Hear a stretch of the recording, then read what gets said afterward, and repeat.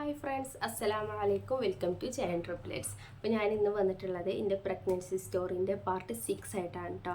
ഇൻഷാ അല്ലാ ഈ ഒരു വീഡിയോൻ്റെ ഉള്ളിൽ എന്തായാലും ഞാൻ മുഴുവനായിട്ട് പറയാൻ ശ്രമിക്കുന്നുണ്ട്. മുഴുവനായിട്ട് ഡെലിവറി ടൈമിൽ വരെ കാര്യങ്ങൾ പറയണം എന്ന് ഞാൻ വിചാരിക്കുന്നുണ്ട് കേട്ടോ. ഇൻഷാ അല്ലാ പറയാൻ കഴിയട്ടെ. അതിൻ്റെ ഇടയിൽ മക്കളെപ്പോഴെങ്കിലും എണീക്കാണെന്നുണ്ടെങ്കിൽ പറയാൻ ഫുള്ളാക്കാൻ കഴിയില്ല കേട്ടോ. അപ്പോൾ എൻ്റെ പ്രഗ്നൻസി ജേണിയാണ് ഈ ഒരു പാർട്ടിൽ ഞാൻ പറയാൻ ഉദ്ദേശിക്കുന്നത്. അപ്പോൾ പാർട്ട് 1 മുതൽ 5 വരെയുള്ള എല്ലാ വീഡിയോസിൻ്റെയും താഴെ ലിങ്ക് ഞാൻ ഡിസ്ക്രിപ്ഷൻ ബോക്സിൽ കൊടുക്കാം. കാണാൻ ആഗ്രഹം ഉണ്ടെന്നുണ്ടെങ്കിൽ എല്ലാവരും പോയി കാണുന്നത് കണ്ടു നോക്കട്ടോ. അതുപോലെ എൻ്റെ ചാനൽ ആദ്യമായിട്ടാണ് കാണുന്നത് എന്നുണ്ടെങ്കിൽ സബ്സ്ക്രൈബ് ചെയ്ത് സപ്പോർട്ടാക്കാനും മറക്കരുത് കേട്ടോ. നമുക്ക് വീഡിയോയിലോട്ട് കിടക്കാം. അപ്പോൾ ഞാൻ ലാസ്റ്റ് പറഞ്ഞിട്ടുണ്ടായിരുന്നത് സർവീസിന് സ്റ്റിച്ച് ഇട്ടുകൊണ്ട് അഡ്മിറ്റായ കാര്യമാണ് ലാസ്റ്റ് പറഞ്ഞ് വെച്ചിട്ടുണ്ടായിരുന്നത് കേട്ടോ. അപ്പോൾ സർവീസിന് സ്റ്റിച്ച് ഇട്ട് വെച്ചൊരു 3 മാസം കഴിഞ്ഞാരെയാണ് ഈ ഒരു സർവീസിന് സ്റ്റിച്ച് ഇട്ടിട്ടുണ്ടായിരുന്നത്. അത് കഴിഞ്ഞിട്ട് ഞങ്ങൾ ഡോക്ടർ അഡ്മിറ്റ് ആയടുത്തുനിന്ന് ഡിസ്ചാർജ് ചെയ്ത് പോന്നു. അത് കഴിഞ്ഞിട്ട് ഒരു 4-ാം മാസമായപ്പോൾ ഡോക്ടറെ അടുത്തേക്ക് ചെല്ലാൻ പറഞ്ഞിട്ടുണ്ടായിരുന്നു. അപ്പോൾ അതിനിടയിലൊക്കെ ഒരു ഇഞ്ചക്ഷനൊക്കെ വെച്ചിട്ടുണ്ടായിരുന്നു കേട്ടോ. 2 ഇഞ്ചക്ഷനാണ് വെക്കാനുണ്ടായിരുന്നത്. ഒന്ന് നമുക്ക് ആഴ്ചയിൽ വെക്കാനുള്ളത്, അതുപോലെ തന്നെ വേറൊരു ഇഞ്ചക്ഷൻ എന്ന് പറയുന്നത് ദിവസം വെക്കാനുണ്ടായിരുന്നു കേട്ടോ. എല്ലാ ദിവസവും വെക്കാനുണ്ടായിരുന്ന ഒരു ഇഞ്ചക്ഷനും പിന്നെ ആഴ്ചയിലെ ഇഞ്ചക്ഷനും ആയിരുന്നു. ഈ ആഴ്ചത്തെ ഇഞ്ചക്ഷൻ പറഞ്ഞാൽ അത്യാവശ്യം നല്ല വേദന ഉള്ളൊരു ഇഞ്ചക്ഷനായിരുന്നു കേട്ടോ. അത് ആഴ്ചയിൽ ഒരു 4 പ്രാവശ്യം വെച്ചാൽ മതി എന്നാണ് അന്ന് ഡോക്ടർ പറഞ്ഞിട്ടുണ്ടായിരുന്നത്. അത് കഴിഞ്ഞിട്ട് ഉള്ളത് ഡെയിലി ഇഞ്ചക്ഷൻ. അത് ഹെപ്പാരിയൻ ആസ്പിരിൻ എന്ന് പറയുന്ന ഒരു ഇഞ്ചക്ഷൻ ആയിരുന്നു. അത് ഒരു 7-ാം മാസം 6-ാം മാസം വെക്കേണ്ടി വരും എന്ന് ഡോക്ടർ അന്നേ പറഞ്ഞിട്ടുണ്ടായിരുന്നു കേട്ടോ. അത് ഈ ആസ്പിരിൻ്റെ എമൗണ്ട് എന്ന് പറഞ്ഞാൽ അത്യാവശ്യം നല്ല പൈസയാണ്. ഒരു 400 ചില്ലാനം ഉറുപ്പ്യാണ് വരിക കേട്ടോ. ഒരു മാസത്തിൽ ഒരു 20,000 ഒരു 10,000-ൻ്റെ ഉള്ളിലൊക്കെയാണ് ഈ ഒരു മെഡിസിന് വന്നിട്ടുണ്ടായിരുന്നത്, ഇഞ്ചക്ഷനും മാത്രം. പിന്നെ നമ്മൾ ഡോക്ടറെ കാണാൻ പോകുന്നതും ഫീയും കാര്യങ്ങളൊക്കെ അത് വേറെ. ഈ ഒരു ഇഞ്ചക്ഷന് മാത്രമായിട്ടുണ്ടായിരുന്നത് അത്രത്തോളം ഉണ്ടായിരുന്നു. ആ ഇഞ്ചക്ഷൻ്റെ കുറിച്ച് പറയുകയാണെന്നുണ്ടെങ്കിൽ നമുക്ക് വേദന ഒന്നും ഉണ്ടാവില്ല. നമ്മൾ ഇൻസുലിനൊക്കെ വെക്കുന്നത് പോലെ ഒരു സ്കിന്നിൻ്റെ പുറം ഭാഗത്താണ് ഇത് വെക്കാനുള്ളത് കേട്ടോ. ഒരുപാട് വേദന ഒന്നുമില്ല, നമ്മൾ തന്നെ വെച്ചാൽ മതി. ആദ്യത്തെ ഒരു മാസത്തോളം എൻ്റെ വീടിൻ്റെ അടുത്ത് തന്നെ ഉള്ളൊരു സിസ്റ്ററാണ് വെച്ച് തന്നിട്ടുണ്ടായിരുന്നത്. പിന്നെ ഞാൻ തന്നെ വെക്കാൻ തുടങ്ങി. ഒരു 6 മാസം 7 മാസത്തോളം ഞാൻ ആ ഒരു ഇഞ്ചക്ഷൻ വെച്ചിട്ടുണ്ടായിരുന്നു കേട്ടോ. ആ ഇഞ്ചക്ഷൻ വെച്ച് എൻ്റെ ഈ കാലിൻ്റെ ഭാഗത്തൊക്കെ ഓരോ കറുത്ത ഡോട്ട് പോലെ ഇങ്ങനെ വന്നിട്ടുണ്ടായിരുന്നു. നമുക്ക് പെയിൻ ഉണ്ടാവുക ഒരു ചെറിയൊരു പെയിൻ ഉണ്ടാകും, പക്ഷെ ആ പെയിൻ അപ്പം തന്നെ പോകും കേട്ടോ.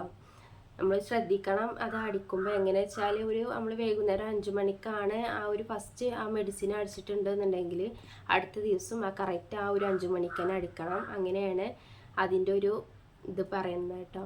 പിന്നത്തെ ഇഞ്ചക്ഷൻ പറയുന്നത് ആഴ്ചയിലേനും അതൊരു 5 മാസമായപ്പോൾ തന്നെ അത് നിർത്തിയിട്ടുണ്ട്. ഒരു 4 വീക്കേ അടയ്ക്കാൻ പറഞ്ഞിട്ടുള്ളായിരുന്നു കേട്ടോ. ആ ഒരു മെഡിസിൻ്റെ പേരൊന്നും ഇപ്പോൾ ഓർമ്മയില്ല. കാരണം വെച്ചാൽ ഞാൻ ഇങ്ങനെ ഒരു വീഡിയോ എടുക്കും ഇതിൻ്റെ പ്രഗ്നൻസി സ്റ്റോറി പറയണമെന്ന് ഞാൻ ഇതുവരെ വിചാരിച്ചിട്ടില്ല. അന്നൊന്നും വെച്ചാൽ അങ്ങനെ യൂട്യൂബ് ചാനലൊന്നും ഞാൻ ആക്റ്റീവ് അല്ല, അന്നൊന്നും ഉണ്ടായില്ലേനു. അപ്പോൾ അല്ലാന്നുണ്ടെങ്കിലൊക്കെ അന്ന് തന്നെ നിങ്ങൾ അതൊക്കെ അറിഞ്ഞിരുന്നു കേട്ടോ. അപ്പം അന്ന് യൂട്യൂബ് ചാനലൊന്നും ഇല്ലാത്തതുകൊണ്ട് ഞാൻ ഒരു മെഡിസിൻ്റെ കാര്യങ്ങളൊന്നും കൂടുതലായിട്ട് ഡീറ്റെയിൽസ് ഒന്നും എടുത്ത് വെച്ചിട്ടില്ല. പിന്നെ സ്കാനിങ്ങിൻ്റെ റിപ്പോർട്ടും കാര്യങ്ങളൊക്കെ അതാണെങ്കിൽ എൻ്റെ വീട്ടിലാണേനും. ഞങ്ങൾ ഈ വീട്ടിലാണ്. അപ്പോൾ അതുകൊണ്ട് അതൊന്നും നിങ്ങൾക്ക് അങ്ങനെ ഡയറക്റ്റായി കാണിച്ചു തരാൻ കഴിയൂല കേട്ടോ. ഞാൻ എവിടെന്നെങ്കിലുമൊക്കെ തപ്പിപ്പിടിച്ച് കാണേണ്ട മെഡിസിൻ്റെ ഡീറ്റെയിൽസും കാര്യങ്ങളൊക്കെ കിട്ടുകയാണെന്നുണ്ടെങ്കിൽ ഇതിൻ്റെ സൈഡ് ഭാഗത്ത് കിട്ടുകയാണെന്നുണ്ടെങ്കിൽ കൊടുക്കാം കേട്ടോ. അങ്ങനെ ഒരു 4 മാസം ഒരു 5 മാസം 4.5 മാസത്തോളം ഈ ആഴ്ചയിലുള്ള മെഡിസിനും ഇഞ്ചക്ഷനും വെച്ചു. മറ്റേത് ഒരു 8 മാസത്തോളം വെച്ചിട്ടുണ്ടായിരുന്നു. 8 മാസമല്ല, ഒരു 6 മാസം ഒരു 6.5 മാസത്തോളം വെച്ചിട്ടുണ്ടായിരുന്നു കേട്ടോ. അത് കഴിഞ്ഞിട്ട് പിന്നെയുള്ള ഒരു കാര്യം പറയുന്നത് ഈ വഹാബ് ഡോക്ടർ ഞങ്ങളോട് പറഞ്ഞിട്ടുണ്ടായിരുന്നു, എന്തായാലും കുട്ടികൾ പ്രിമേച്ചേഴ്സ് ബേബീസ് ആയിരിക്കും. അപ്പോൾ NIC മസ്റ്റായിട്ടും വേണം. അപ്പോൾ നിങ്ങൾ ഒരു NICയിലൊരു ഹോസ്പിറ്റലിലേക്ക് പോകുന്നതായിരിക്കും ഇനി നല്ലത്. ഇപ്പോൾ നമുക്ക് എപ്പോഴാണ് എന്താണ് പറയാൻ പറ്റൂല, അതുകൊണ്ട് NIC നോക്കണം എന്ന് പറഞ്ഞു. നല്ല NIC ഫെസിലിറ്റിയൊക്കെ ഉള്ള ഒരു ഹോസ്പിറ്റലിൽ നോക്കി വെക്കണം എന്ന് പറഞ്ഞു കേട്ടോ. അപ്പോൾ ഈ പെരിന്തൽമണ്ണ RMC എന്നൊക്കെ പറയുകയാണെന്നുണ്ടെങ്കിൽ അവിടെയൊക്കെ നല്ല NIC ആണ്. കുട്ടികൾക്കൊന്നും ഒരു കുഴപ്പമുണ്ടാവില്ല, നല്ല NIC ആണ് അവിടെ. പക്ഷേങ്കിൽ അവിടെയും എല്ലായിടത്തും ഞങ്ങൾ കുറേ സെർച്ച് ചെയ്തു. എല്ലാ സെർച്ചിങ്ങിലും എമൗണ്ട് അത്യാവശ്യം നല്ലോണം വേണം കേട്ടോ. അപ്പോൾ ഒരു കുട്ടിക്ക് 1 മണിക്കൂർ കിടക്കണം എന്നുണ്ടെങ്കിൽ 50 രൂപ വെച്ചിട്ടാണ് അവർ ഈടാക്കുക. പക്ഷേ നമുക്ക് ഒരു കുട്ടിയല്ലല്ലോ, 3 കുട്ടികളല്ല. അപ്പോൾ അതുകൊണ്ട് മാസം തികയാത്ത കുട്ടികളും കൂടി ആകുമ്പോൾ ഒരു 8ാം മാസം പ്രസവിക്കാനായിരിക്കും ചാൻസ് കൂടുതൽ. അപ്പോൾ ഒരു 8 മാസം ആകുമ്പോൾ തന്നെ ആ ബാക്കി 2 മാസമുണ്ട് കുട്ടികൾക്ക് അത്യാവശ്യം വെയിറ്റ് വെക്കാവുന്ന വരെയൊക്കെ അവിടെ ഒരു NICയിൽ ഇടും കേട്ടോ, കുട്ടികളെ ഇടും. അപ്പോൾ അതുകൊണ്ട് തന്നെ എമൗണ്ട് അത്യാവശ്യം ആകും. ഒരു മണിക്കൂറിനാണ് 50 രൂപ. അപ്പോൾ 2 മാസം ആകുമ്പോൾ നമുക്കൊരു 5 ലക്ഷത്തോളം റുപ്യൊക്കെ എന്തായാലും ആകും കേട്ടോ. പിന്നെ മെഡിസിനും കാര്യങ്ങളൊക്കെ അത് വേറെ. അപ്പോൾ ഒരു 5 ലക്ഷം ആകുമ്പോൾ 3 കുട്ടികൾക്കും കൂടി NICയിൽ കിടക്കണം എന്നുണ്ടെങ്കിൽ 15 ലക്ഷം റുപ്യോളം വേണ്ടി വരും. ചിലപ്പോൾ അത് നമുക്ക് അതിനേക്കാളും കൂടുതലും ആവാം കേട്ടോ. അപ്പോൾ നമുക്ക് അറിയില്ല എന്താണ്, നമ്മളടുത്ത് അത്ര വലിയ പൈസ ഒന്നുമില്ല. ഞങ്ങൾ പാവപ്പെട്ട ഫാമിലിയാണ്. എൻ്റെ ഇപ്പം സെൻറ്ററിങ്ങാരനാണ്. എൻ്റെ ഹസ്ബൻഡ് പറഞ്ഞാൽ ഓട്ടോ ഡ്രൈവറാണ്. അപ്പോൾ അതിൻ്റെ ഉള്ളിലുള്ളൊരു പൈസക്കൊക്കെ അത്യാവശ്യം പരിമിതിയിലുള്ള കുടുംബമാണ്. അപ്പോൾ അതുകൊണ്ട് തന്നെ ഞങ്ങൾ പറഞ്ഞു നമുക്ക് വേറെ ഏതെങ്കിലും ഗവൺമെൻറ് ഹോസ്പിറ്റലിലേക്ക് ഏതെങ്കിലും പോകാമെന്ന് പറഞ്ഞു. അങ്ങനെ ഞങ്ങൾ ഡോക്ടറിനോട് പറഞ്ഞു ഞങ്ങൾ ഗവൺമെൻറ് ഹോസ്പിറ്റലിലേക്ക് നോക്കുകയാണ് ഇനി എന്ന് പറഞ്ഞപ്പോൾ ഡോക്ടർ പറഞ്ഞു നല്ല കാര്യം, കുഴപ്പമൊന്നുമില്ല. പക്ഷെ നിങ്ങൾ ഉദ്ദേശിക്കുന്ന പോലെ ബ്ലോക്ക് ഉണ്ടല്ലോ മലപ്പുറത്ത്, ഞങ്ങൾ മലപ്പുറക്കാരായതുകൊണ്ട് മലപ്പുറം ബ്ലോക്ക് താലൂക്ക് ഹോസ്പിറ്റലുണ്ട്. അങ്ങനെ ഹോസ്പിറ്റലിലൊന്നും പറ്റൂല, ഏതെങ്കിലും മെഡിക്കൽ കോളേജ് വൈസ് ഏതെങ്കിലും പറ്റുള്ളൂ എന്ന് പറഞ്ഞു. അവിടെയാണെന്നുണ്ടെങ്കിലാണ് NIC നല്ല ഫെസിലിറ്റി ഉള്ള NIC ഉണ്ടാവുള്ളൂ. ഇപ്പോൾ നിങ്ങൾക്ക് സുഖം മഞ്ചേരി NIC ആണ്. മഞ്ചേരിയിൽ അത്യാവശ്യം NIC ഒക്കെ നല്ലൊരു NIC ഒക്കെയാണ്. അപ്പോൾ അവിടേക്ക് പോയാൽ മതിയെന്ന് പറഞ്ഞു. പക്ഷെ ഞങ്ങൾക്ക് സുഖം മഞ്ചേരി തന്നെയാണ്. പക്ഷെ മഞ്ചേരിക്ക് പോകാമെന്ന് പറഞ്ഞാൽ അവിടെ എന്ത് സംഭവിച്ചാലും പെട്ടെന്ന് അപ്പം പിടിച്ചിട്ടാണ് ഒരു കോഴിക്കോട്ടേക്ക് പറഞ്ഞയക്കും. അപ്പം എന്നാൽ ഓൾറെഡി ആദ്യം തന്നെ നമുക്ക് കോഴിക്കോടത്തെ ഡോക്ടേഴ്സിന് പോയി കാണുന്നത്, പിന്നെ നമുക്ക് കൂടുതൽ പറയേണ്ട ആവശ്യം ഉണ്ടാവില്ലല്ലോ. ഇത് പെട്ടെന്ന് മഞ്ചേരിയിൽ നിന്ന് പിടിച്ചിക്കാണ്ട് അപ്പം തന്നെ കോഴിക്കോട്ടേക്ക് പോകണം എന്ന് പറഞ്ഞാൽ ഇതിൻ്റെ ഈ സ്റ്റിച്ചിട്ട കാര്യം എല്ലാ കാര്യങ്ങളും വെച്ച് പറയേണ്ടി വരും. അപ്പോൾ ഞങ്ങൾ വിചാരിച്ചിരുന്ന ആദ്യം തന്നെ നമുക്ക് കോഴിക്കോട് മെഡിക്കൽ കോളേജിലേക്ക് പോകാമെന്ന് പറഞ്ഞു. അങ്ങനെ ഞങ്ങൾ അവിടെ അന്വേഷിച്ചു. ഈ വഹാബ് ഡോക്ടറിനോട് ഞങ്ങൾ കാര്യം പറഞ്ഞു. അപ്പോൾ ഡോക്ടർ പറഞ്ഞത് ഞാനൊരു സ്ലിപ്പിൽ എഴുതി തരാം, ഇങ്ങനെയാണ് കാര്യങ്ങളൊക്കെ പറഞ്ഞിട്ടാണ്, ഒരു സ്ലിപ്പിൽ എഴുതി തരാം, നിങ്ങൾ അവിടെ പോയി ഡോക്ടറെ കാണിച്ചാൽ മതി എന്ന് പറഞ്ഞു. അങ്ങനെ ആ ഡോക്ടർ ഞങ്ങൾക്കൊരു എഴുത്ത് തന്നിക്കാണ്ട് ഞങ്ങൾ 4ാം മാസം പകുതി ആയപ്പോൾ തന്നെ അവിടുന്ന് പോന്നു മെഡിക്കൽ കോളേജ്, കോഴിക്കോട് മെഡിക്കൽ കോളേജിലേക്ക് പോയിട്ടാണ്. അപ്പോൾ ഈ മെഡിക്കൽ കോളേജിൽ രാവിലെ ഒരു 7 മണിയാകുമ്പോൾ തന്നെ അവിടെ ഫുള്ളും ക്യൂ ആയിക്കരാം, കണ്ടമാനം ആൾക്കാർ വരുന്ന ഒരു സ്ഥലമാണ്. അപ്പോൾ അത്യാവശ്യം നല്ല ക്യൂ ഉണ്ടാകും, ഗേറ്റിൻ്റെ വരെയൊക്കെ ക്യൂ എത്തിയിട്ടുണ്ടാവും കേട്ടോ. അപ്പോൾ ഞങ്ങൾക്ക് ഇവിടുന്ന് മലപ്പുറത്തുനിന്ന് കോഴിക്കോടേക്ക് എത്തുമ്പോൾ തന്നെ നല്ല ദൂരമുണ്ട്. അപ്പോൾ ഞങ്ങൾ രാവിലെ ഒരു 4 മണിക്ക് പെൽച്ചക്ക് 4 മണിക്കാണ് ഇവിടുന്ന് പോകാറ്.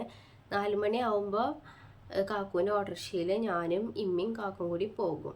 അപ്പോൾ അവിടെ ഒരു 7 മണി ഒരു 6:30 ആ ടൈമിലാണ് എത്തുന്നാലേ നമുക്ക് ക്യൂവിൽ നിന്നിക്കാണ്ട് വേണം OP ടിക്കറ്റൊക്കെ എടുക്കാൻ കേട്ടോ. അപ്പോൾ അത്രയും ദൂരം ഉണ്ടായതുകൊണ്ട് തന്നെ ഇരിക്കാനൊക്കെ ഭയങ്കര ബുദ്ധിമുട്ടേക്കാരും. പക്ഷെ വേറെ നിവർത്തിയില്ലല്ലോ നമുക്ക്.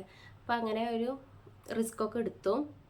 പതുക്കെ പോകാനും പറ്റുള്ളൂ, ഒരുപാട് സ്പീഡും പറ്റില്ല. പിന്നെ പോകുന്നത് നമ്മൾ പറയുന്നത് ഓട്ടോറിക്ഷയിലാണ് പോകുന്നതും. അപ്പോൾ ഒരു 2-2.5 മണിക്കൂറോളം ഞങ്ങൾക്ക് യാത്ര അങ്ങോട്ട് ഉണ്ടായിരുന്നു. പിന്നെ കോഴിക്കോട് മെഡിക്കൽ കോളേജ് പറഞ്ഞ് ഞാൻ പോയ അഡ്മിറ്റായ സമയത്തൊക്കെ ഒരു കത്രിക വയറ്റിൽ വെച്ച് ഒരു ഇഷ്യൂ ഉണ്ടായിരുന്നില്ലേനോ, ആ ഒരു ടൈമിലാണ് ഞാൻ അവിടെ അഡ്മിറ്റായി കിടന്നതിൻ്റെ കേട്ടോ. അപ്പോൾ ഏകദേശം ആ ഒരു ടൈമൊക്കെ ആയപ്പോഴാണ് ഞങ്ങൾ ഈ ഡോക്ടറെ അടുത്തേക്ക് പോകുന്നതും. പക്ഷേ എനിക്കെന്ന് പറയുമ്പോൾ കുറേ ഞാൻ സെർച്ച് ചെയ്തപ്പോഴൊക്കെ മെഡിക്കൽ കോളേജിനെ പറ്റി കുറേ കാര്യങ്ങൾ പറഞ്ഞിട്ടുണ്ടായിരുന്നു. കുറേ ആൾക്കാർ അങ്ങനെയാണ്, ഡോക്ടേഴ്സ് നേരെ നോക്കൂല എന്ന്. പക്ഷെ എന്നെ സംബന്ധിച്ച് നോക്കുമ്പോൾ എന്നെ നോക്കിൻ്റെ ഡോക്ടർമാരൊക്കെ നല്ല ഡോക്ടർമാരായിരുന്നു കേട്ടോ. എന്നോട് നല്ല കെയറിങ്ങും കാര്യങ്ങളും ഫുള്ളും നല്ല കാര്യങ്ങളൊക്കെ തന്നെ പറഞ്ഞിട്ടുണ്ടായിരുന്നത്. അവർ എടുത്ത് ചാടിക്കാണ്ട് ഒന്നും പറഞ്ഞിട്ടൊന്നുമില്ല, നല്ല ഡോക്ടേഴ്സായിരുന്നു. ആ ഡോക്ടർമാരൊക്കെ ഇപ്പോഴും കാണാൻ നല്ല പൂതിയുണ്ട്, കാരണം അത്രയ്ക്ക് നല്ല കെയറിങ് ആയ ഡോക്ടർമാരായിരുന്നു കേട്ടോ അന്ന് അവിടെ ഉണ്ടായിരുന്നത്. ഞങ്ങൾ തിങ്കളാഴ്ച OP പോയിട്ടുണ്ടായിരുന്നത്. അങ്ങനെ 4.5 മാസമായപ്പോൾ അവിടെ പോയി കാര്യങ്ങളൊക്കെ പറഞ്ഞു, സ്കാനിങ്ങിൻ്റെ കാര്യങ്ങളൊക്കെ പറഞ്ഞപ്പോൾ ഡോക്ടർ പറഞ്ഞു ഒരു 5ാം മാസത്തെ സ്കാനിങ്ങിനാണ് ഇനി വരേണ്ടതെന്ന് പറഞ്ഞു. അങ്ങനെ 5ാം മാസത്തെ സ്കാനിങ്ങിനും പോയി. 5ാം മാസത്തെ സ്കാനിങ് എന്ന് പറയുമ്പോൾ തന്നെ എനിക്ക് അപ്പം തന്നെ അത്യാവശ്യം നല്ല വയറുണ്ടായിരുന്നു കേട്ടോ. 5ാം മാസം ആയപ്പോൾ തന്നെ ഒരു 7-8 മാസം ആയപ്പോൾ തന്നെ അത്രക്കും വയറുണ്ടായിരുന്നു. അപ്പോൾ അവിടെ സ്കാനിങ്ങിന് പോകുമ്പോൾ അവിടെ ഇരുത്തിയുള്ള ആൾക്കാരൊക്കെ ചോദിക്കും എത്രാം മാസമാണെന്ന് ചോദിക്കുമ്പോൾ ഞാൻ കുറച്ച് കൂട്ടി പറയും കേട്ടോ. ഒരു 5ാം മാസമൊക്കെ ആണെന്നുണ്ടെങ്കിൽ ഇപ്പോൾ ഒരു 7 ആയിട്ടുണ്ട് അങ്ങനെയൊക്കെ പറയും. പിന്നെ ഇപ്പോൾ ആരും അറിയണില്ലല്ലോ, നമുക്കിപ്പോൾ ട്രിപ്ലെറ്റ്സ് ആണ്, പക്ഷെ എല്ലാവരോടും അത് പറയാൻ പറ്റൂല. ഈ ട്രിപ്ലെറ്റ്സിൻ്റെ കാര്യം എൻ്റെ ഫാമിലിയിൽ എൻ്റെ ഉപ്പാക്കും ഉമ്മാക്കും എൻ്റെ ബ്രദേഴ്സിനും അറിയാമായിരുന്നു. അതുപോലെ കാക്കുവിൻ്റെ ഫാമിലിയിൽ കാക്കുവിൻ്റെ ഉപ്പാക്കും ഉമ്മാക്കും താത്താക്കും അനിയനും അവർക്കൊക്കെ അറിയാമായിരുന്നു കേട്ടോ. അങ്ങനെ ഞങ്ങൾ 5ാം മാസത്തെ സ്കാനിങ്ങിന് പോയപ്പോൾ ഡോക്ടർ പേടിയുണ്ടായിരുന്നു കേട്ടോ. നമുക്ക് എന്തെങ്കിലും കുട്ടികൾക്ക് എന്തെങ്കിലും പ്രശ്നം ഉണ്ടെങ്കിൽ ആ സ്കാനിങ്ങിലൂടെയാണ് അറിയാം. അപ്പോൾ സ്കാനിങ് എന്ന് കേട്ടപ്പോൾ തന്നെ ഭയങ്കര പേടിയേനു. അപ്പോൾ കുഴപ്പമൊന്നുമില്ല, ഡോക്ടർ പറഞ്ഞു കുട്ടികളുടെ ഫേസൊക്കെ ക്ലിയറാണ്, ഒരു കുഴപ്പമൊന്നുമില്ല, 3 പേർക്കും ഹാർട്ട് ബീറ്റൊക്കെ അത്യാവശ്യം ഉണ്ട് എന്നൊക്കെ പറഞ്ഞിട്ടോ. അപ്പോൾ എങ്ങനെ വെച്ചാൽ 3 പേർക്ക് നമുക്ക് ഒറ്റയ്ക്ക് ചെയ്യാൻ പറ്റില്ല, 3 പേരും കിടക്കുന്ന പൊസിഷനും കാര്യങ്ങളൊക്കെ നോക്കണം. അതുപോലെ 3 സ്കാനിങ് വീതം ചെയ്യണം എനിക്ക്. അതുപോലെ ഹാർട്ട് ബീറ്റ് നോക്കണം, അത് വേറൊരു രീതിയാണ്, ഹാർട്ട് ബീറ്റ് നോക്കണം. അങ്ങനെ കുറച്ച് കാര്യങ്ങളൊക്കെ ഉണ്ടായിരുന്നു കേട്ടോ. അങ്ങനെ 5-ാം മാസം ആ ഡോക്ടറെ കാണിച്ചു. പിന്നെ പറഞ്ഞിട്ടുണ്ടായിരുന്നത് വെയിറ്റ് തീരെ കുട്ടികൾ ഉണ്ടാവില്ല, അപ്പോൾ അതുകൊണ്ട് വെയിറ്റ് കൂടാനുള്ള ഫുഡ് ഐറ്റംസ് മസ്റ്റായിട്ടും കഴിക്കണം എന്ന് പറഞ്ഞിട്ടുണ്ടായിരുന്നു. പിന്നെ അവിടുന്ന് ഞങ്ങൾ തിരിച്ചു പോന്നു. പിന്നെ ഡോക്ടർ പറഞ്ഞ പോലെ തന്നെ അത്യാവശ്യം വെയിറ്റ് കൂടാനുള്ള ഫുഡൊക്കെ കഴിക്കണം എന്ന് പറഞ്ഞിട്ടുണ്ടായിരുന്നു കേട്ടോ. അപ്പം അങ്ങനെ ഞാൻ കഴിച്ചിട്ടുണ്ടായിരുന്നത് നേന്ത്രപ്പഴം, മധുരക്കിഴങ്ങ്, ചോളം, പിന്നെ നട്ട്സ് ഐറ്റംസ്, പാല്, അങ്ങനത്തെ ഒക്കെ നല്ലോണം കഴിച്ചിട്ടുണ്ടായിരുന്നു. എന്നാലേ നമുക്ക് കുട്ടികളെ നല്ല വെയിറ്റ് ഉണ്ടാവുള്ളൂ. ചില ആൾക്കാർ പറഞ്ഞു, അപ്പോൾ ഞാൻ ഈ പാലൊക്കെ കുടിക്കുമ്പോൾ എൻ്റെ അയൽവാസികളും കുറച്ച് ആൾക്കാരൊക്കെ പറഞ്ഞിട്ടുണ്ടായിരുന്നു കുട്ടികൾക്ക് വെയിറ്റ് കൂടും ഇങ്ങനെ കഴിച്ചാൽ, പ്രസവിച്ച് പോരൂല കേട്ടോ എന്ന് പറഞ്ഞു. പക്ഷെ നമുക്ക് അറിയുള്ളല്ലോ, നമ്മളെ മനസ്സിലുള്ളത് നമുക്ക് വെയിറ്റാണ് വേണ്ടത്. ഓൽക്കറിയില്ല, ഓൽക്കറിയാത്തതുകൊണ്ടാണ് നമുക്ക് നമ്മളെ നല്ലതിനാണ് പറഞ്ഞു തരുന്നത്. ഒരു കുട്ടിയുള്ള പ്രസവിച്ച് പോരണല്ലോ, അത് വിചാരിച്ചു. പക്ഷെ എന്തായാലും ഇച്ച് ഓപ്പറേഷൻ ആയിരിക്കും, കുട്ടികൾക്ക് വെയിറ്റും വേണം എന്നും ഡോക്ടർ പറഞ്ഞുകൊണ്ടാണ് ഞാൻ ഈ ഫുഡ് ഐറ്റംസ് ഒക്കെ കഴിച്ചിട്ടുണ്ടായിരുന്നത് കേട്ടോ. അങ്ങനെ 5-ാം മാസം കഴിഞ്ഞ് ഒരു 6-ാം മാസം ആയപ്പോഴാണ് ആദ്യത്തെ മൂവ്മെൻറ്റ് അറിയുന്നത്, കുട്ടികൾ ആദ്യത്തെ ഒരു ചലനം അറിയുന്നത് ഒരു 6-ാം മാസം ആയപ്പോഴാണ് കേട്ടോ. അത് എങ്ങനെ ചെറിയൊരു കോട്ടി പോലെ ഫസ്റ്റ് ഇങ്ങനെ എന്തൊക്കെ കടന്ന് വയറ്റിൻ്റെ ഉള്ളിൽ കാട്ടണ പോലെ തോന്നി. പിന്നെയാണ് ഇങ്ങനെ പെട്ടെന്ന് ഇരിക്കുമ്പോഴും പെട്ടെന്ന് എണീക്കുമ്പോഴായിരുന്നു ആ ഒരു മൂവ്മെൻ്റൊക്കെ ഉണ്ടായിരുന്നത്. പിന്നെ ഇങ്ങനെ പുറത്തേക്കും കാണാൻ തുടങ്ങി. പുറത്തേക്കൊക്കെ ഒരു 7-ാം മാസമൊക്കെ ആയപ്പോൾ തന്നെ കാണാൻ തുടങ്ങിയിട്ടുണ്ടായിരുന്നു. 3 പേരില്ലേ, അപ്പോൾ ചെറിയൊരു കോട്ടിൻ്റെ പോലെ ഓരോ കൈയിൻ്റെ മുട്ട്, അതുപോലെ ഈ കൈയിൻ്റെ വിരൽ, അങ്ങനെയൊക്കെ ഇങ്ങനെ ചെറുതായിട്ട് കാണാൻ തുടങ്ങിട്ടോ. അങ്ങനെ ഒരു 7-ാം മാസം വരെ മെഡിക്കൽ കോളേജിലേക്ക് മാസം പോകാൻ തുടങ്ങി.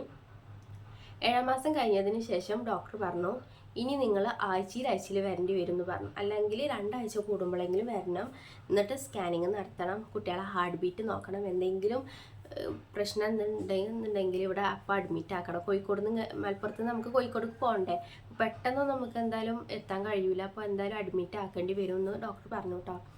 അപ്പോൾ തന്നെ അത്യാവശ്യം വെയിറ്റ് ഉണ്ടായിരുന്നു. പിന്നെ ഈ ഓട്ടോറിക്ഷയിൽ പോകുമ്പോൾ ഇങ്ങനെ ഇരുന്ന് പോവണ്ടേ, ഭയങ്കര ക്ഷീണവും കാര്യങ്ങളൊക്കെ ഉണ്ടായിരുന്നു കേട്ടോ. അങ്ങനെ ഒരു 7-ാം മാസം ഒക്കെ ആയപ്പോഴാണ് പെട്ടെന്ന് കാക്കുവിൻ്റെ ഇപ്പാക്ക് വയ്യാതായത്. പെട്ടെന്ന് വയ്യാതായിക്കേനു. പെട്ടെന്ന് തന്നെ കൊഴഞ്ഞു വീണിക്കാണ്ട് ബ്ലോക്കിക്ക് ഹോസ്പിറ്റലിലേക്ക് പോയി. അപ്പോൾ അവിടുന്ന് പറഞ്ഞു മഞ്ചേരിക്ക് പോയിക്കോളി പറഞ്ഞു, മഞ്ചേരിക്ക് പോയി. അത് കഴിഞ്ഞിട്ട് മെഡിക്കൽ കോളേജ്, കോഴിക്കോട് മെഡിക്കൽ കോളേജിലേക്ക് പോകാൻ പറഞ്ഞു കേട്ടോ. അങ്ങനെ കാക്കുവിനെയാണ് അതിനൊക്കെ പോയിട്ടുണ്ട്. അപ്പോൾ കാക്കു മെഡിക്കൽ കോളേജിലേക്കും അങ്ങനെ പോയി. ആ ഒരു ടൈമിൽ അറിയുമ്പോൾ കാക്കുവിന് എൻ്റെ അടുത്ത് നിൽക്കണം, അതുപോലെ ഇപ്പാൻ്റെ അടുത്ത് നിൽക്കണം. ഇപ്പാൻ്റെ അടുത്ത് നിൽക്കാനും വേറെ ആളില്ല, എൻ്റെ കാര്യത്തിനും വണ്ടി പറയാനും വേറെ ആളില്ലേനും. ഇപ്പം ഇതൊക്കെ അറിയുന്ന ആൾക്കാരൊക്കെ വേണ്ടേ, പിന്നെ ഹസ്ബൻഡ് തന്നെ വേണം, എല്ലാ കാര്യങ്ങളും ഡീറ്റെയിൽസായി പറയാനും കാര്യങ്ങളൊക്കെ ഹസ്ബൻഡ് തന്നെ വേണം കേട്ടോ. അപ്പം അങ്ങനെ ആയതുകൊണ്ട് തന്നെ ഭയങ്കര ബുദ്ധിമുട്ടേനു. കാക്കു നല്ലോണം ബുദ്ധിമുട്ടിയിരുന്നു ആ ഒരു ടൈമിൽ. അങ്ങനെ ഇപ്പാനെ അവിടെ കോഴിക്കോട് മെഡിക്കൽ കോളേജിൽ അഡ്മിറ്റഡ് ആയി. ആ സമയത്ത് ഞാൻ ആഴ്ചയിൽ അവിടെ പോകുന്നുണ്ട്. വേറെ ഹോസ്പിറ്റലാണ് കേട്ടോ, രണ്ടിനും വെവ്വേറെ ഹോസ്പിറ്റലാണ്. മെഡിക്കൽ കോളേജ് കോഴിക്കോട് മെഡിക്കൽ കോളേജിൽ തന്നെ ഒരു പ്രഗ്നൻസിൻ്റെയും ഈ ഒരു ഗൈനക്കോളജിസ്റ്റ് ഭാഗം വേറെയും, അതുപോലെ തന്നെ ഈ ഒരു ഹോസ്പിറ്റലും വേറെയും, അങ്ങനെ ആയിരുന്നു കേട്ടോ. അപ്പോൾ അതുകൊണ്ട് ആഴ്ചയിൽ പോകുമ്പോൾ കാക്കു അങ്ങോട്ട് വരും. എന്നിട്ട് ഞങ്ങൾ ഇവിടുന്ന് വേറെ വണ്ടി വിളിച്ചു പോകും. അപ്പോൾ പിന്നെ സ്കാനിങ് എടുക്കുന്ന സമയത്ത് കാക്കു അവിടെ വന്നിക്കാണ്ട് നിൽക്കും. അങ്ങനെയൊക്കെയാണ് ചെയ്തിട്ടുണ്ടായിരുന്നത്. ഭയങ്കര ബുദ്ധിമുട്ടായിരുന്നു കേട്ടോ ആ ഒരു ടൈമിൽ. രണ്ടിടത്തും കാക്കുവിനെ നല്ല ബുദ്ധിമുട്ടായിരുന്നു നിൽക്കാനുണ്ടായിരുന്നത്. പിന്നെ അത് കഴിഞ്ഞതിൻ്റെ ശേഷം അവിടെ 8-ാം മാസം അഡ്മിറ്റഡ് ആക്കി. 8-ാം മാസം ഡോക്ടർ പറഞ്ഞു പെട്ടെന്ന് ഇപ്പം തന്നെ അഡ്മിറ്റ് ആവണമെന്ന് പറഞ്ഞിക്കാണ്ട്. 8-ാം മാസം സ്റ്റാർട്ട് ചെയ്തിട്ടില്ല, ഒരു 7-മുക്കാൽ മാസം എന്നൊക്കെ പറയാം. ഒരു 30 ആഴ്ച ആയപ്പോൾ ഡോക്ടർ പറഞ്ഞു ഇപ്പോൾ അഡ്മിറ്റ് ആകണമെന്ന് പറഞ്ഞു. അപ്പോൾ എന്തോ സ്കാനിങ്ങിൽ ഏതൊരു കുട്ടിക്ക് ചെറിയൊരു പ്രശ്നം ഉണ്ടെന്ന് പറഞ്ഞു. അപ്പോൾ തന്നെ സ്കാനിങ് ചെയ്തപ്പോൾ പറഞ്ഞു ഹാർട്ട് ബീറ്റ് കുറഞ്ഞ് വരുന്നുണ്ട്, അപ്പോൾ അഡ്മിറ്റ് ചെയ്യണമെന്ന് പറഞ്ഞു. അപ്പോൾ കുറിച്ച് ഞങ്ങൾ സാധനങ്ങളൊക്കെ വാങ്ങി അഡ്മിറ്റഡ് ആയി. അഡ്മിറ്റ് ആയപ്പോൾ പിന്നെ ഒരു 2 ആഴ്ചത്തോളം ഫുള്ളും ആ കുട്ടീൻ്റെയും എല്ലാ കുട്ടികളുടെ ഹാർട്ട് ബീറ്റും കാര്യങ്ങളൊക്കെ നോക്കിയിട്ടാണ്. അപ്പോൾ ഇന്നെ അഡ്മിറ്റ് ആക്കിയ സമയത്ത് തന്നെ ഇപ്പാനെ അവിടുന്ന് ഡിസ്ചാർജ് ആക്കി. ഇനി പോയിക്കോളി എന്ന് പറഞ്ഞിക്കാണ്ട് ഇപ്പാനെ അവിടുന്ന് ഡിസ്ചാർജ് ആക്കി വിട്ടു കേട്ടോ. അപ്പോൾ കാക്കൂന് അങ്ങോട്ടും പോകണം, ഇവിടെ നിൽക്കണം, ആ ഒരു സിറ്റുവേഷനേനു. പിന്നെ ഇതേപോലെ തന്നെ വേറെ നിൽക്കാനൊന്നും ആൾക്കാരില്ലാത്തതുകൊണ്ട് ഇപ്പാനെ നോക്കാൻ ആളെ വേണം, എൻ്റെ അടുത്തും ആൾ വേണമല്ലോ. ഇച്ചു പിന്നെ ഏട്ടത്തി ആൾ അങ്ങനെയൊന്നുമില്ല. പിന്നെ ഇത് 2 പ്രദേശമാണ് നമ്മൾ കോഴിക്കോട് മെഡിക്കൽ കോളേജിൽ അറിയാലോ. അങ്ങനെയൊന്നും ആണുങ്ങളെ നിർത്തൂല, ഫുള്ളും പെണ്ണുങ്ങളെ തന്നെ ആവശ്യം വരും കേട്ടോ. ആണുങ്ങളെ എടുത്ത് ആണുങ്ങൾക്ക് നിൽക്കണതിന് കുഴപ്പമില്ല, പക്ഷെ പെണ്ണുങ്ങളെ എടുത്ത് പെണ്ണുങ്ങളെ നിർത്തുള്ളൂ. അങ്ങനെയാണ് മെഡിക്കൽ കോളേജിലുള്ളത്. എല്ലാ ബ്ലോക്ക് ജില്ലാ ആശുപത്രിയിലൊക്കെ അങ്ങനെ തന്നെ ആയിരിക്കും. അങ്ങനെ ആയിരുന്നു. ഒരുപാട് വീഡിയോ ക്ലിയർ ആവുന്നുണ്ടോ എന്ന് എനിക്കറിയില്ല കേട്ടോ. ഞാൻ പെട്ടെന്ന് പറഞ്ഞു പോവുകയാണ്. ഭയങ്കര ഇമ്പോർട്ടൻ്റ് ആയ ഭാഗങ്ങൾ മാത്രമേ ഞാൻ പറയുന്നുള്ളൂ കേട്ടോ. കുട്ടികൾ എപ്പോഴാണ് എനിക്കത് പറയാൻ പറ്റില്ല, പിന്നെ ഈ വീഡിയോ അപ്ലോഡ് ചെയ്യാനേ കഴിയില്ല. അതുകൊണ്ട് ഞാൻ പെട്ടെന്ന് പറഞ്ഞു പോവാണ് കേട്ടോ. ഇനി നിങ്ങൾക്ക് എന്തെങ്കിലും സംശയം ഉണ്ടെന്നുണ്ടെങ്കിൽ താഴെ കമൻറ്റ് ബോക്സിൽ ചോദിച്ചാൽ മതി. അപ്പോൾ 8ാം മാസം ഞാൻ അഡ്മിറ്റ് ആക്കിയതിന് ശേഷം ഡോക്ടർമാർ ഇതേപോലെ ദിവസം വരും വന്നിക്കാണ്ട്, അവിടെ അഡ്മിറ്റായ സമയത്ത് ദിവസം വരും കേട്ടോ. ദിവസം വന്നിക്കാണ്ട് കുട്ടികളെ ഹാർട്ട് ബീറ്റും കാര്യങ്ങളൊക്കെ നോക്കും. കുഴപ്പമൊന്നുമില്ലെന്ന് കണ്ടപ്പോൾ ഡോക്ടർ പറഞ്ഞു 2 ആഴ്ച അങ്ങനെ ഡോക്ടർമാർ നോക്കി കുഴപ്പമൊന്നുമില്ല എന്ന് പറഞ്ഞു. ഇനി ഡിസ്ചാർജ് ആക്കാം. എന്നിട്ട് നിങ്ങൾക്ക് പെട്ടെന്ന് എന്തെങ്കിലും വയ്യായിക തോന്നുകയാണെന്നുണ്ടെങ്കിൽ മഞ്ചേരി മെഡിക്കൽ കോളേജിലേക്ക് പോയിക്കോളൂണ്ടു എന്ന് പറഞ്ഞു. അപ്പോൾ ഞങ്ങൾ പറഞ്ഞു വേണ്ട, ഞങ്ങൾക്ക് മെഡിക്കൽ കോളേജിലേക്ക് അവിടെ മഞ്ചേരിനേക്കാളും സേഫ്റ്റി ഇവിടെയാണ്, ഇവിടെ അഡ്മിറ്റ് ആക്കിയാൽ മതി എന്ന് പറഞ്ഞു. അങ്ങനെ പിന്നെ ഒരു 2 ആഴ്ച കഴിഞ്ഞിട്ട് വന്ന് കാണാൻ അഡ്മിറ്റ് ആയാൽ മതി എന്ന് പറഞ്ഞു. അങ്ങനെ ഞങ്ങളൊരു ഫെബ്രുവരി 9 ഒക്കെ ആയപ്പോൾ ഞാൻ അവിടെ അഡ്മിറ്റഡ് ആയി. പിന്നെ അഡ്മിറ്റ് ആയപ്പോൾ നമുക്ക് മാക്സിമം എത്ര ആഴ്ച പോകാൻ കഴിയുമോ അത്ര ആഴ്ച പോകണം, എന്നാലാണ് 1 മാസം തികഞ്ഞ് പ്രസവിക്കുകയാണെങ്കിൽ അത്രക്കും നല്ലത് എന്നാണ് അന്ന് ഡോക്ടർ പറഞ്ഞിട്ടുണ്ടായിരുന്നത് കേട്ടോ. അപ്പോൾ അന്നൊക്കെ പറയുമ്പോൾ നല്ലോണം വയറുണ്ടായിരുന്നു. ഒന്ന് പെട്ടെന്ന് നടക്കാൻ ഒന്നിനും കഴിയൂലേനു, പെട്ടെന്ന് ഇരിക്കാൻ, അതുപോലെ തന്നെ കുറേ നേരമൊന്നും ഇരിക്കാൻ, അതുപോലെ കിടക്കാനൊന്നും കഴിയൂലേനു. ഭയങ്കര വയറേനു. അതുപോലെ തന്നെ ഫുഡ് ഐറ്റംസ് വേറെ ഇതിലും നമ്മൾ നോക്കണം. കുട്ടികൾക്ക് വെയിറ്റ് കൂടാനുള്ള എല്ലാ ഫുഡും കാര്യങ്ങളൊക്കെ നോക്കണം. അപ്പോൾ നമ്മൾ ഹോസ്പിറ്റലിൽ അഡ്മിറ്റ് ആകുമ്പോൾ നമുക്ക് അതൊന്നും നന്നായിട്ട് കഴിയൂലല്ലോ. അപ്പോൾ ഡോക്ടർ പറഞ്ഞു നിങ്ങൾ ഇനി വീട്ടിലേക്ക് പോയിക്കോളൂ, 2 ആഴ്ച കഴിഞ്ഞിട്ട് വന്ന് അഡ്മിറ്റ് ആയാൽ മതി. അപ്പോൾ അതിൻ്റെ ഉള്ളിൽ നല്ല ഫുഡും കാര്യങ്ങളൊക്കെ കഴിച്ചുകൊണ്ട് കിട്ടുമോ എന്ന് പറഞ്ഞു. അങ്ങനെ പിന്നെ ഡിസ്ചാർജ് ആയതിന് ശേഷം പിന്നെ ഒരു 9-ാം തീയതി ഫെബ്രുവരി 9 ആയപ്പോൾ ഞങ്ങളവിടെ അഡ്മിറ്റഡ് ആയി. അപ്പോൾ തന്നെ ഒരു 30 ആഴ്ച ആയിട്ടുണ്ടായിരുന്നു. ആ 30 ആഴ്ച ആയപ്പോൾ തന്നെ ഒരു 31 ആഴ്ചയിലാണ് കേട്ടോ. ഞാൻ പറഞ്ഞാൽ കറക്റ്റ് അതിൻ്റെ ആഴ്ചൻ്റെ കണക്കൊന്നും അറിയില്ല. നമ്മൾ മാസം വെച്ചിട്ടാണെങ്കിൽ പറയാം, പക്ഷെ ആഴ്ചയിൽ കണക്ക് അറിയില്ല. അതൊക്കെ സ്കാനിങ് റിപ്പോർട്ടിലൊക്കെ നോക്കി അറിയുള്ളൂ. അതിപ്പോൾ അവിടെ ആയതുകൊണ്ട് തന്നെ കിട്ടാൻ വേറെ ഒരു വഴിയുമില്ല. അതുകൊണ്ടാണ് ഞാൻ ഇപ്പോൾ ഇങ്ങനെ പറയുന്നത് കേട്ടോ.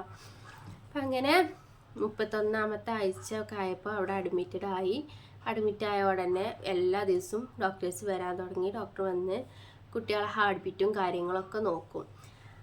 അതിന് ശേഷം അവിടുത്തെ ഒരു മെഡിക്കൽ കോളേജിൽ പറഞ്ഞാൽ വെള്ള ഡ്രസ്സ് ഇട്ടുകാണ്ട് നിൽക്കണം എന്നാണ്.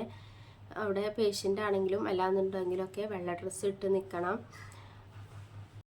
അവിടെ. പിന്നെ ഹോസ്പിറ്റലിലത്തെ കാര്യം എന്ന് പറയാൻ ഞാൻ നേരത്തെ പറയുമ്പോൾ തന്നെ ഡോക്ടേഴ്സ് പക്ക നല്ല ഡോക്ടർമാരാട്ടോ. നല്ല ഇഷ്ടപ്പെട്ടിട്ടുണ്ടായിരുന്നു അവിടെ ഓരോ ഡോക്ടർമാരും.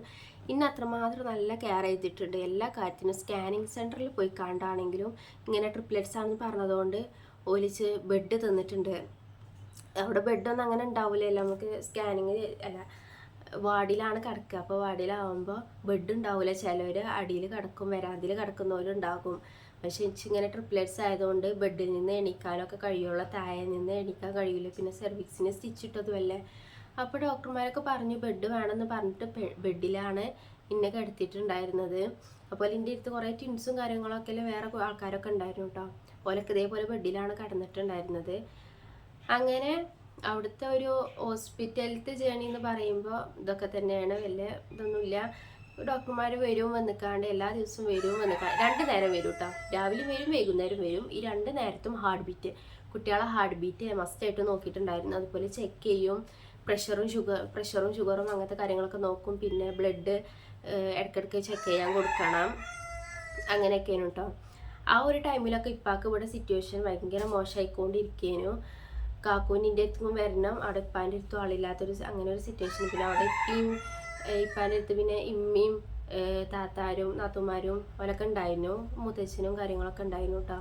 എന്നാലും ഈ കാക്കൂന് ഇവിടെ നിൽക്കാനും സമാധാനമില്ല. അവിടെ നിൽക്കുമ്പോൾ ഇവിടുത്തെ കാര്യങ്ങൾ ആലോചിച്ച് കണ്ടും ഒരു സമാധാനം ഉണ്ടാവില്ല. ഇവിടെ നിൽക്കുകയാണെങ്കിൽ അവിടുത്തെ എന്താണ് സിറ്റുവേഷൻ എന്ന് അറിയാത്തതുകൊണ്ട് അപ്പോഴും സമാധാനം ഇല്ലേനു കേട്ടോ. അപ്പോൾ കാക്കെന്ന് പറയുന്നത് രണ്ടിടത്ത് നല്ലോണം നിന്നേനു. അപ്പോൾ അത് കഴിഞ്ഞതിന് ശേഷം വൈകുന്നേരമൊക്കെ ഡോക്ടർമാരൊക്കെ പോയതിന് ശേഷം എനിക്കുണ്ടായിരുന്ന പണി വെച്ച് കൂടുതൽ നടക്കാൻ പറ്റൂല, എന്നാൽ വല്ല നടന്ന് നോക്കാനും പറഞ്ഞിട്ടുണ്ടായിരുന്നു കേട്ടോ.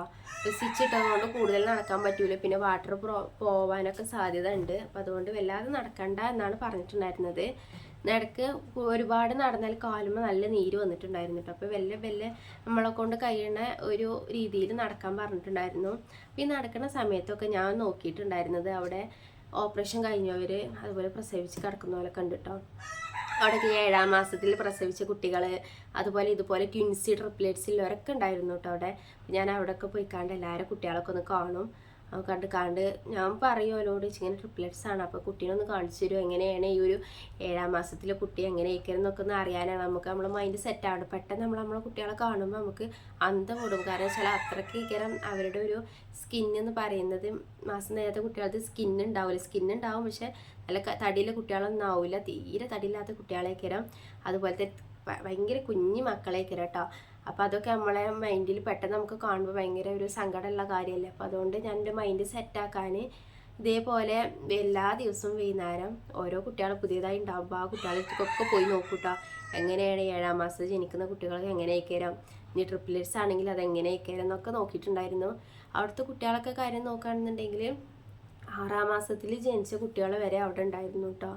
പിന്നെ NICയിലും അതേപോലെ അത്യാവശ്യം നല്ല ഫെസിലിറ്റിയുള്ള NIC ആണ്. അതുപോലെ കുട്ടികളും ഇതേപോലെ ട്രിപ്ലെറ്റ്സ് ഉണ്ട്, ട്വിൻസ് ഉണ്ട്. എൻ്റെ ഒപ്പം തന്നെ കുറേ ട്രിപ്ലെറ്റ്സും ട്വിൻസൊക്കെ ഉണ്ടായിരുന്നു കേട്ടോ അന്ന് അവിടെ അഡ്മിറ്റ് ആയത്. ഇതാണ് എൻ്റെ പ്രഗ്നൻസി ജേർണിനെ കുറിച്ച് എനിക്ക് പറയാനുള്ളത്. ഇത്രയും കുറച്ച് കാര്യങ്ങൾ കേട്ടോ. ഡീറ്റെയിൽസ് ആയിട്ട് ഞാൻ പറഞ്ഞിട്ടുണ്ടെങ്കിൽ ഫുള്ളും കാര്യങ്ങൾ നമുക്ക് പറയാൻ കഴിയില്ലല്ലോ.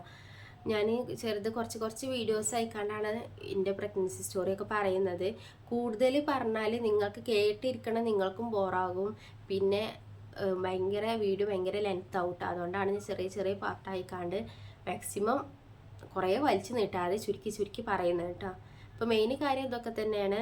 അപ്പോൾ 31-ാമത്തെ ആഴ്ചയിലാണ് ഇനി അവിടെ അഡ്മിറ്റ് ആക്കിയതിന് ശേഷം 34 ആഴ്ചയും 2 ദിവസമായപ്പോഴാണ് എൻ്റെ ഡെലിവറി നടക്കുന്നത് കേട്ടോ.